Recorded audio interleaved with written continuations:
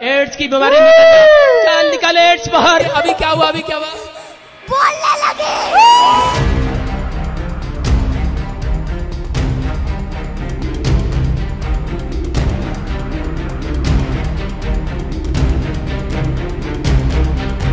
AIDS बरा करणारा, मेलेल्यांना पुन्हा जिवंत करणारा, अंधांना डोळस करणारा, मुक्यांना बोलकं करणारा अशी ओळख असलेला ढोंगी पाद्री बजिंदर सिंग. असे अनेक मोठे झालेले ढोंगी बाबा थोड्या थोड्या वर्षांनी आपल्याकडे समोर येतच असतात. तोपर्यंत अंधश्रद्धांना बळी पडणारा एक मोठा क्राऊड या ढोंगी बाबांनी पाठीशी उभा केलेला असतो. मात्र हे ढोंग फार काळ टिकत नाही. आश्रम सिरीज सारखंच एक प्रकरण आता समोर आलंय. बलात्काराच्या एका प्रकरणात येसू येसू बाबा म्हणून प्रसिद्ध असलेल्या पाद्री बजिंदर सिंगला जन्मठेपेची शिक्षा झाली आहे. आणि या पाद्रीने काय पहिल्यांदाच गुन्हा केलेला नाहीये. वयाच्या 20व्या वर्षीच हत्येच्या प्रकरणात तुरुंगात शिक्षा भोगून आलेल्या या पाद्रीचे असे किस्से आहेत जे ऐकून तुम्हालाही धक्का बसेल. देशविदेशच्या आजच्या या व्हिडिओतून पाहूयात स्वतःला ईसाई धर्माचा प्रचारक म्हणवणाऱ्या ढोंगी पाद्री बजिंदर सिंगच्या गुन्ह्यांचा पाढा आणि कारनामे. नमस्कार, मी छाया आणि आपण पाहताय मुंबई तक. आधी पाहूयात की बजिंदर सिंग नेमका कोण आहे आणि तो जाट असूनही चर्चचा पाद्री कसा बनला. बजिंदर सिंगचा जन्म हरियाणातल्या यमुनानगरमध्ये एका जाट कुटुंबात झाला. पण 15 वर्षांपूर्वी एका खून प्रकरणात तो तुरुंगात गेला आणि तिथे त्याने ख्रिश्चन धर्म स्वीकारला. तेव्हा त्याच्या आयुष्याला एक नवीन वळण मिळालं. या काळात त्याने पाद्री होण्याचा निर्णय घेतला आणि 2016 मध्ये Church of Glory and Wisdom ही स्वतःची सेवा सुरू केली. बजिंदर सिंगने स्वतःला एक चमत्कारिक पाद्री म्हणून जगासमोर सादर केलं आणि दावा केला की तो एड्स सारखे कोणतेही आजार बरे करू शकतो. तो त्याच्या यूट्यूब चॅनलवर या चमत्कारांचे व्हिडिओ शेअर करायचा, ज्यामध्ये तो त्याच्या प्रेक्षकांना खात्री पटवून द्यायचा की तो HIV, बहिरेपणा आणि इतर गंभीर आजार बरे करू शकतो. या व्हिडिओंपैकी सर्वात प्रसिद्ध म्हणजे मेरा यशू यशू या गाण्यावरचा त्याचा व्हिडिओ. या व्हिडिओतूनच त्याला सर्वात जास्त प्रसिद्धी मिळाली. लोकांनी हा व्हिडिओ मोठ्या प्रमाणात पाहिला आणि शेअरही केला. मग काय, अंधभक्तांचा एक मोठा क्राऊडच त्याच्या पाठीशी उभा राहिला. लोकांनी त्याला डोक्यावर घेतलं आणि अशा प्रकारे हत्येच्या गुन्ह्यातला आरोपी बजिंदर सिंग ईसाई धर्मगुरू बजिंदर सिंग झाला. पुढे पुढे संपत्ती, पैसा आणि गर्व वाढला.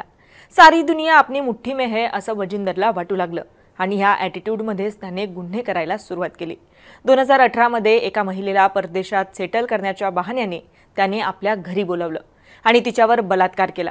या प्रकरणी बजिंदर सिंगला आता जन्मठेपेची शिक्षा सुनावण्यात आली आहे. मोहाली कोर्टात हा गुन्हा सिद्ध झालाय. रेप करून तिचा व्हिडिओ बनवून बजिंदर तिला ब्लॅकमेल करत होता. तिने त्याला विरोध केला तर तो व्हिडिओ सोशल मीडियावर पोस्ट करेल अशी धमकीही तो तिला द्यायचा. या प्रकरणी तिने 7 वर्षांपूर्वी पंजाबच्या मोहालीतल्या झीरकपूर पोलीस ठाण्यात गुन्हा दाखल केला होता. आज जगाला फूल बनवणाऱ्या या पाद्रीला एप्रिल फूलच्याच दिवशी जन्मठेपेची शिक्षा झाली आहे. ही शिक्षा अशा वेळी सुनावण्यात आली आहे जेव्हा बजिंदर सिंग दुसऱ्या महिलेवर लैंगिक अत्याचार आणि हल्ल्याच्या आणखी एका प्रकरणात अडकलाय. या प्रकरणी गुन्हा दाखल झाल्यानंतर बजिंदर सिंगला 2018 मध्येच दिल्ली विमानतळावरून अटक करण्यात आली होती. मात्र नंतर त्याला जामिनावर तुरुंगातून सोडण्यात आलं. मागील महिन्यात 3 मार्चला न्यायालयाने बजिंदर आणि इतर 5 आरोपींविरुद्ध अजामीनपत्र वॉरंट जारी केलं होतं. आता बजिंदरला दोषी ठरवत त्यातल्या इतर 5 जणांना न्यायालयाने निर्दोष सोडलंय. या प्रकरणात पीडित महिलेच्या पतीने गुन्हा दाखल केल्यानंतर दैनिक भास्करशी बोलताना सांगितलंय की बजिंदरने हे प्रकरण दाबण्यासाठी सर्व युक्त्या वापरल्या.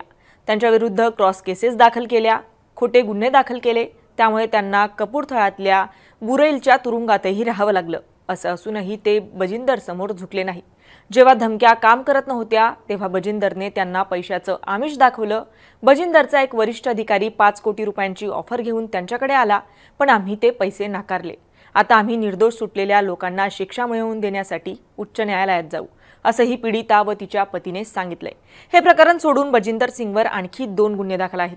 पहिलं, चंदीगडच्या ऑफिसमध्ये त्याने मोहालीतल्या एका महिलेला मारहाण केली होती. सोशल मीडियावर त्याचा व्हिडिओही व्हायरल झाला होता. त्या व्हिडिओमध्ये बजिंदर सिंग एका महिलेला कानात मारताना दिसतोय. याआधी त्याने मुलासोबत बसलेल्या महिलेच्या चेहऱ्यावर पुस्तक फेकून मारलं होतं. ही घटना बजिंदर सिंगच्या चंदीगडच्या कार्यालयात घडली होती. सुमारे 13-14 वर्षांपासून ती त्याच्याचकडे काम करत होती. या घटनेचा व्हिडिओ व्हायरल झाल्यानंतर बजिंदर सिंगवर FIR दाखल करण्यात आला होता. दुसरा गुन्हा पंजाबमधल्या कपूरथळ्यातल्या महिलेवर लैंगिक अत्याचाराचा आहे. बजिंदर सिंगने तिचा फोन नंबर घेतला आणि अश्लील मेसेज पाठवायला सुरुवात केली. 2002 मध्ये बजिंदर सिंग तिला एका चर्चमधल्या एका केबिनमध्ये घेऊन गेला आणि तिच्यावर लैंगिक अत्याचार केले. महिलेनं असंही म्हटलंय की बजिंदरने तिला धमकी दिली की जर तिने याबद्दल कोणालाही काही सांगितलं तर तो तिच्या कुटुंबाला जीवे मारेल। बजिंदर सिंगचे यूट्यूबवर 3.7 मिलियन सबस्क्रायबर आहेत, तर त्याच्या ऑफलाईन कार्यक्रमांनाही मोठा क्राऊड असायचा।